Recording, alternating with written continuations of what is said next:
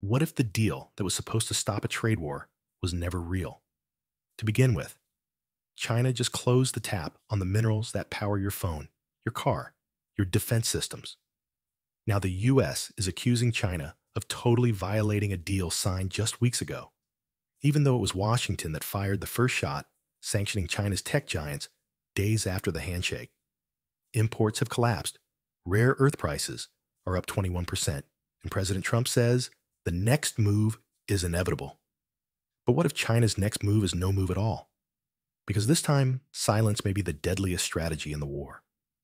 On May 30th, Treasury Secretary Scott Bessent told CBS that China was withholding products essential to India, Europe, and our supply chains, accusing Beijing of breaching a 90-day trade truce inked in Geneva just weeks prior.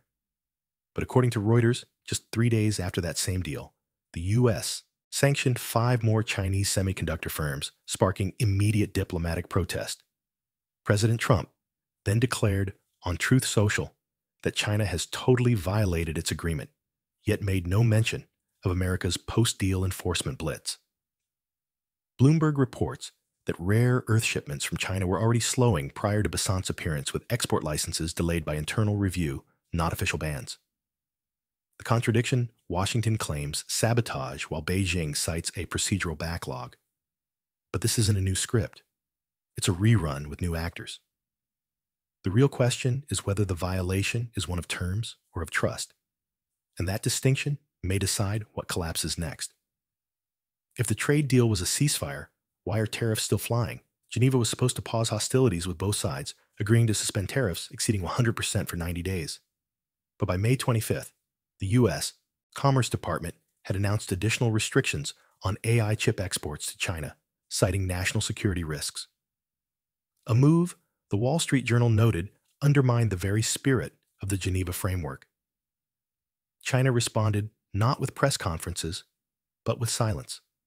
No mineral release, no clarification, no escalation. Bessent told Fox News, "Maybe it's a glitch. Maybe it's intentional. But if ambiguity is policy, then China may be using silence as leverage, while America uses sanctions as punctuation." According to IHS, market bilateral trade volume fell 18.6% year over year in May, the steepest contraction since the 2019 tariff war. The White House says China blinked. Beijing says it's still blinking. But someone's finger is still on the trigger. Signed on May 12th, the Geneva Agreement lasted about as long as a dry erase marker in a hurricane. The deal paused tariff hikes until mid-August, but included no enforcement mechanisms, no arbitration clauses, and no agreed list of deliverables, only vague promises on rare earth access and reduced trade friction. Analysts at the Peterson Institute called it a political optics deal, not a structural accord. So when Bessent now complains of non-compliance, the agreement's loopholes are hard to ignore. And the timing raises eyebrows. U.S. sanctions resumed after the truce, not before. Was Geneva just a diplomatic PR stunt to cool markets with no intent to follow through? Or worse, was it designed to fail? That ambiguity may be more destabilizing than open hostility. So what do you call a ceasefire where only one side disarms? On May 12th, they called it peace. By May 15th, they called in lawyers. And by May 25th, Washington was firing off chip sanctions like the deal never existed. This wasn't a truce. It was a photo op with a countdown timer. Trump stood behind a podium, hailed Geneva as a breakthrough. Then his administration sanctioned China's semiconductor backbone midway through the applause. And when China didn't react, they were accused of violating the agreement. That's like lighting a fuse, tossing the match, then blaming the fire marshal for the explosion. Meanwhile, Beijing hasn't even flinched. No fiery speeches, no embargoes, just nothing. A black hole of diplomacy. But here's the twist. That silence is doing more damage than words ever could. Rare earth exports quietly delayed. Shipment licenses buried in red tape. Neodymium spot prices up 21% in 2 weeks. And while U.S. officials scream, foul, Xi's poker face is turning into policy, as Bonnie Glaser of the German Marshall Fund warned. Once silence becomes a weapon, the old playbook stops working. So now D.C. is shouting into a void. And that void is full of empty shelves, stalled ports, and supply chains running on fumes. Welcome to diplomacy by disappearing act. Because the deadliest strategy in this war might be doing absolutely nothing at all. April imports from China dropped 19.8%, according to Advanced Commerce Department data, slashing the U.S. goods trade deficit nearly in half compared to March. But beneath the headline, the story turns darker. J.P. Morgan notes that U.S. wholesalers are actively de-risking by cutting inventory orders, anticipating prolonged supply shocks. Walmart and Home Depot have already reported tightening supply margins, with CFOs citing tariff drag. Meanwhile, BLS data shows consumer spending contracted 0.2% in April, the first drop in 5 months, as inventories fell and prices plateaued. While inflation eased to 2.1%, economists warn the slowdown is supply-side driven, not demand-led, which risks stagflation if prolonged. The shelves aren't just thinning. They're warning signs wrapped in shrink wrap. On May 28th, a U.S. federal court in Washington, D.C., ruled that several 2024 tariff escalations lacked proper procedural justification under the Trade Expansion Act, a blow to the Trump administration's strategy of aggressive blanket tariffs. According to the Financial Times, nearly $42 billion in levies on consumer electronics and auto parts are now under judicial review. The administration maintains that all tariffs were national security-based, but critics argue the standards were inconsistently applied. This isn't just a trade issue, it's a constitutional one, said trade law professor Kathleen Clausen of Georgetown. If rulings proceed unfavorably retroactive, reimbursement could exceed $18 billion, impacting Treasury projections. And with Besant calling for a 10% global tariff floor just last week, the policy now risks outpacing its legal foundation. What happens when economic pressure becomes legally unglued?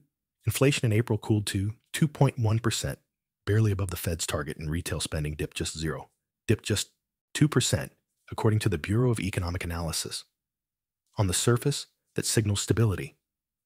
But Goldman Sachs warns these figures reflect lagged activity, not the impact of tariffs that only took effect weeks earlier.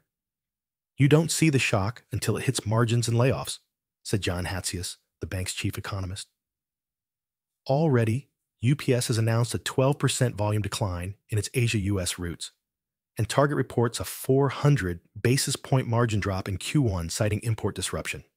The real damage isn't in April's numbers. It's what's about to hit in June. So if you're only watching the rearview mirror, you're not going to see the crash coming. On May 29th, the U.S. State Department revoked over 2,000 Chinese student visas under Section 212F, citing strategic espionage concerns. China's foreign ministry blasted the move as a politicized purge, calling it retaliation for its rare earth export controls. Reuters confirmed the visa move came within 48 hours of Washington expanding chip-related export bans to Chinese AI labs. Combined, these decisions mark a shift from economic rivalry to full-spectrum decoupling, affecting not just trade, but talent and research. When both nations begin weaponizing people flows, it's no longer just tariffs, said Bonnie Glaser of the German Marshall Fund.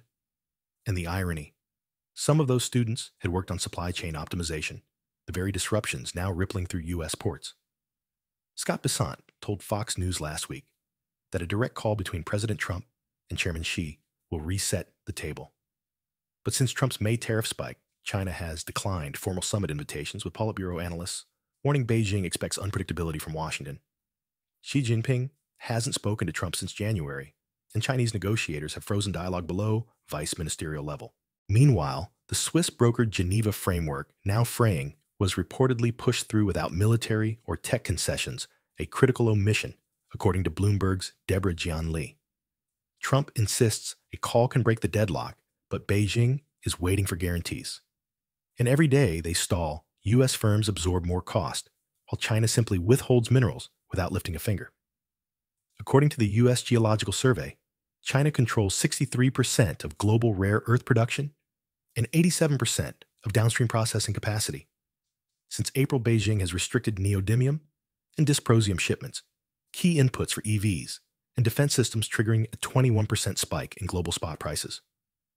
Ford Motor Canard has delayed EV rollouts in Michigan due to supply interruptions, while Germany's BASF warned clients of extended lead times on magnet materials.